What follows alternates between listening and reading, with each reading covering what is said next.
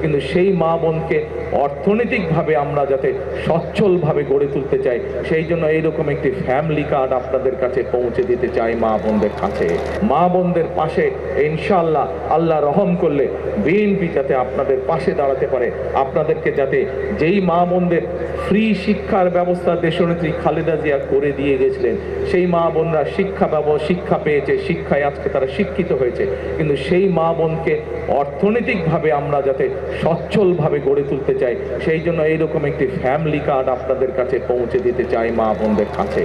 যেই ফ্যামিলি কার্ডের কথা একটু আগে বলেছি, কিন্তু সকল কিছু নির্ভর করবে একমাত্র রব্বুল আলামিনের রহমতের উপরে। আমরা যদি আল্লাহর কাছে চাই, আল্লাহ হচ্ছে রহমান রহিম, আল্লাহ যদি আমাদেরকে তৌফিক দেন, আল্লাহ যদি আমাদেরকে রহম করেন, তাহলেই আমরা একমাত্র আমাদের কাজে সফল হব।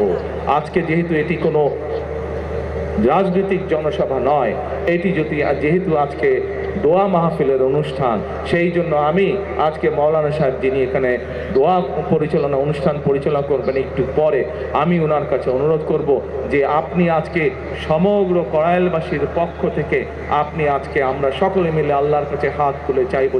যে কথাগুলো আমি আপনাদের সামনে তুলে ধরলাম, আমার যেই চিন্তার কথাগুলো আপনাদের সামনে তুলে ধরলাম, আমার যেই পরিকল্পনার কথাগুলো আপনাদের সামনে তুলে ধরলাম, সেগুলো যাতে বাস্তবায়ন করতে পারি, সেই তৌফিক যাতে আল্লাহ তাআলা আমাকে দেন।